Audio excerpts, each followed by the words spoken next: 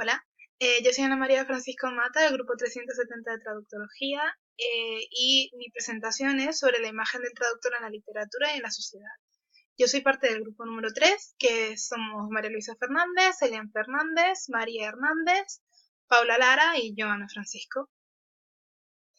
En este trabajo vamos a analizar y presentar la imagen del traductor en la sociedad y en la literatura. El objetivo de nuestro trabajo realmente es llegar a una conclusión respecto a la concepción que tiene la sociedad actual de los traductores y de la traducción en general. Para poder obtener una visión general de lo que cree la sociedad que es el traductor y lo que es traducir, hay que estudiarlo a través de la literatura.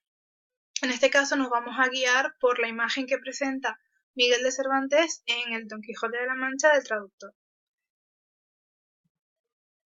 Vale, para realizar este trabajo nos hemos guiado, hemos hecho una investigación bastante amplia, pero nos hemos centrado por los parámetros mencionados en la lectura, la imagen del traductor y la traducción en el Quijote por el Matkuri, que forma parte del libro El Quijote que leen los europeos. Creemos que para conocer la imagen actual del traductor es necesario conocer la imagen histórica del mismo, y por eso hacemos uso del Quijote. Pero muy bien, ¿por qué el Quijote? Porque además, bueno, son dos razones principales, porque además de ser la novela castellana por excelencia, también porque abarca la traducción desde distintas perspectivas y la utiliza como técnica narrativa. Entonces, la lectura de esta novela nos ayuda a extraer ciertos conceptos que se tienen de la traducción en el tiempo de Cervantes y debemos ver si siguen vigentes ahora mismo. El traductor de Cervantes se puede resumir o se puede caracterizar por los siguientes puntos. En un primer lugar, es una persona bilingüe. En el caso del traductor de la novela, entre el árabe y el castellano, no cuenta con formación académica, sino más bien ni siquiera es un oficio, simplemente que como sabe los dos idiomas puede hacerlo. Emite juicios de valor, aunque no está familiarizado con la obra que tiene que traducir, simplemente da su opinión, le da igual. Adapta el texto según su criterio, con lo cual puede ser considerado un manipulador, pero la idea es que manipula de acuerdo a lo que él cree que es mejor para el lector. Y finalmente, Cervantes también lo plantea como un intérprete cultural.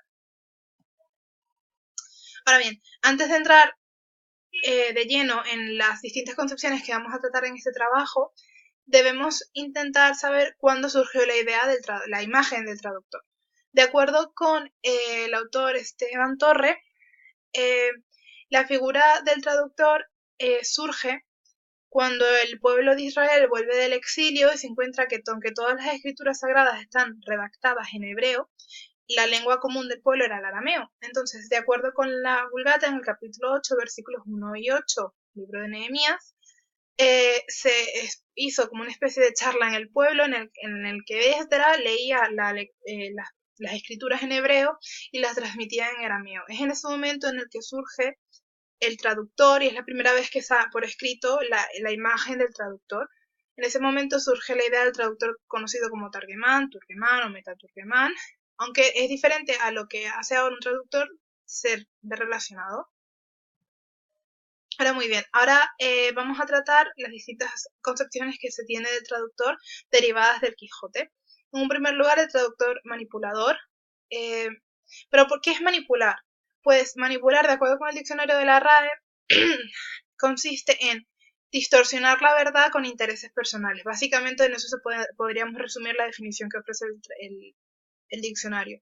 Entonces, por un lado, podemos entender que manipulación es igual que traición. Es, de acuerdo a los intereses que queremos, el traductor modifica el texto y esto se ve reflejado en el famoso adagio italiano, traduttore traditore, porque la imagen que tiene el público es que el traductor, al contar con los conocimientos y al poder tratar con el texto, pues lo manipula a su ventaja.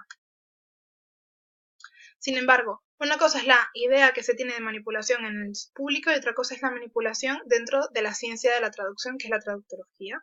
Según esta disciplina, se puede entender la manipulación desde diferentes puntos de vista. De acuerdo con la Manipulation School, la manipulación existe, es real, pero no es la idea de con algo maligno o negativo, sino la idea de que el traductor tiene que manipular el texto para poder adaptarlo. Otras escuelas como la Target Culture Norms o la idea de la imposibilidad de traducción apoyan la idea de manipulación en traducción, mientras que escuelas como el postestructuralismo pues no están de acuerdo. Entonces vemos que existe bastante debate dentro de la traductología sobre lo que es manipular y si se acepta o no como traducción.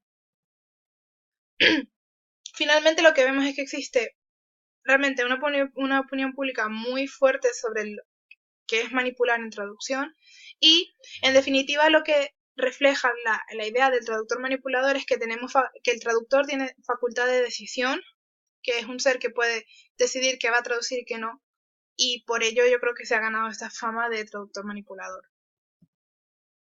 Por otro lado, también Cervantes también presenta al traductor como crítico literario. Es necesario que mencionemos que el traductor literario cuenta con un vínculo especial con el texto, que es un vínculo que no aparece exactamente en todos los tipos de traducción.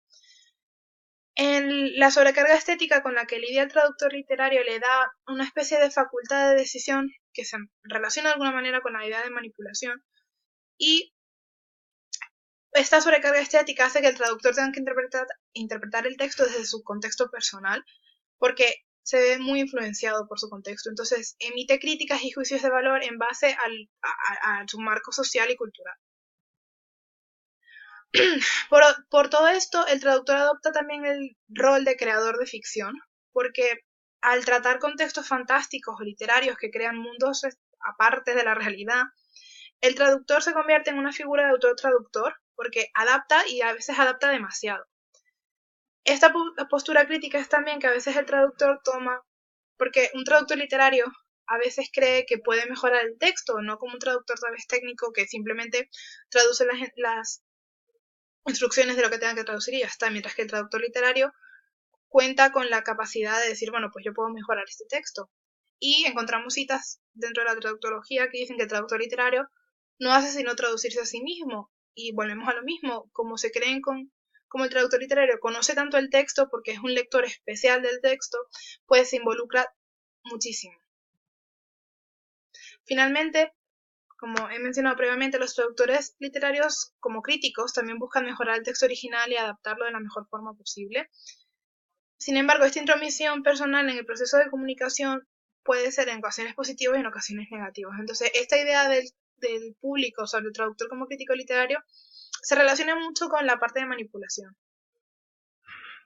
Finalmente, por otra parte, el traductor como intérprete cultural.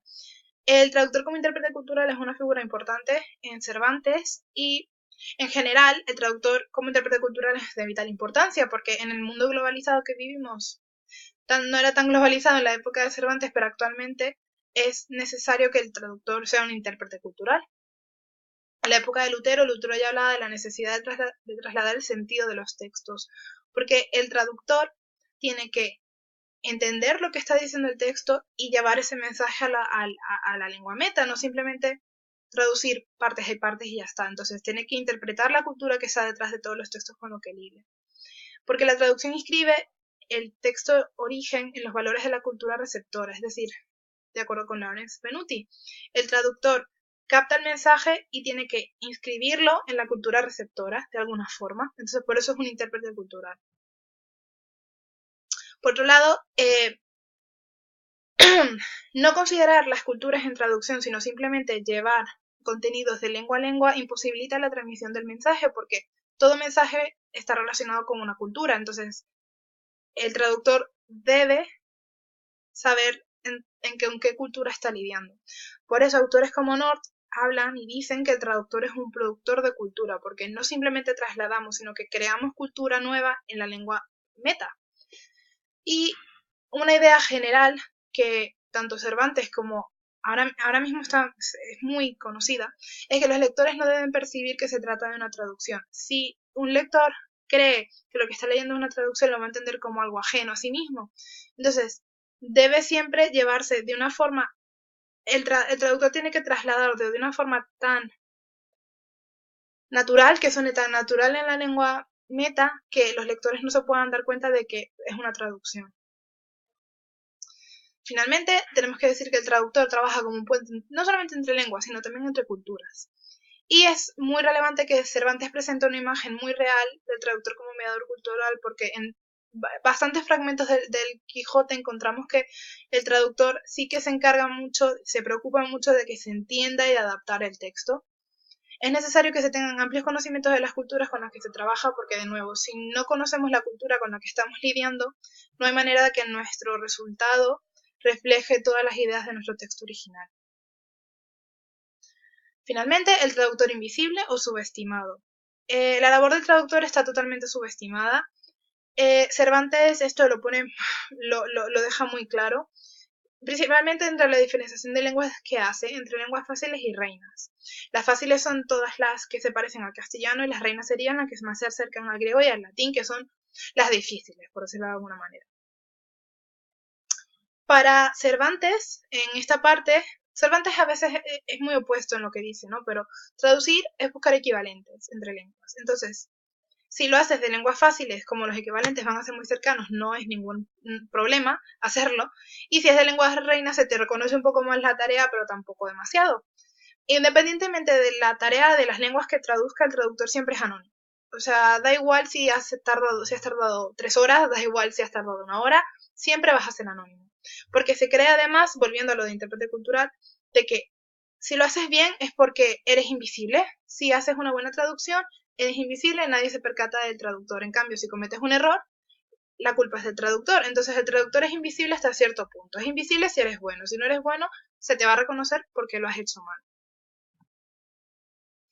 El traductor, al ser una figura anónima, tiene que intentar que el texto, volviendo también de eso ya lo hemos mencionado, tiene que intentar que el texto no sea extranjero. El traslado tiene que ser tan perfecto de que el lector ni siquiera se plantee la idea de que este texto fue escrito en árabe, en chino, sino que el lector tiene que entenderlo como un texto español. Es decir, esto incluye que si el lector entiende que el texto es castellano, va a estar más dispuesto a leerlo, y por eso esta invisibilidad del traductor es un hecho motivado, porque se pide que el lector no comprenda que es una traducción, sino un texto original escrito en castellano. Pero esta invisibilidad conlleva una falta de prestigio profesional, porque si el traductor no se le da, nadie dice, qué bien ha hecho el traductor la traducción, pues se da a entender de que el traductor no tiene importancia, y aunque sea una parte clave del trabajo, no cuenta con un reconocimiento. Ahora bien, teniendo en cuenta lo que hemos sacado de la parte de Cervantes, vamos a decir qué es lo que hemos sacado de la parte de Cervantes y lo que creemos nosotros que sigue vigente actualmente. Por un lado, el traductor que presenta Cervantes y lo que podemos entender que se entendía como traductor en general en el siglo de Cervantes, es que el traductor es sospechoso y poco fiable. No podemos fiarnos del traductor, no podemos creer todo lo que traduce. El traductor, como tiene capacidad de decisión, toma el rol de crítico literario, entonces por lo cual toma sus propias decisiones. Es un mediador cultural, porque trabaja entre culturas, pero a pesar de la importancia de su traducción y de su trabajo, su labor profesional no está reconocida. A nadie le importa quién sea el traductor, con tal de que el trabajo esté bien hecho. Ahora bien, esta es la parte de Cervantes. Actualmente, como grupo, hemos decidido que las dos cosas que más se tienen ahora en cuenta, o lo que más hemos notado nosotros actualmente, es el anonimato y la infravaloración. El traductor sigue siendo una figura entre las sombras, el traductor sigue siendo una persona a la que no se le reconoce su labor. Es verdad que poco a poco vamos viendo tal vez más reconocimientos de títulos universitarios, premios, tal vez que los traductores empezamos a salir en las portadas, pero nada demasiado interesante. E infravaloración en el sentido de que económicamente no se ven buenos resultados en la traducción. Finalmente, ¿el traductor es una figura positiva o negativa? Pues realmente depende desde el punto de vista que lo veamos. Depende mucho de la persona que esté estudiando la figura del traductor. En general, yo creo que estamos si no todo es blanco y negro, tal vez nos movemos en terrenos grises. Y finalmente, lo importante de que hemos sacado también es que el traductor para Cervantes es un elemento esencial, aunque lo critique, aunque a veces no le dé el reconocimiento que necesite, aunque a veces no reconozca tanto su labor, sigue siendo un elemento esencial, como lo somos en la sociedad. Y con esto termina mi presentación. Gracias.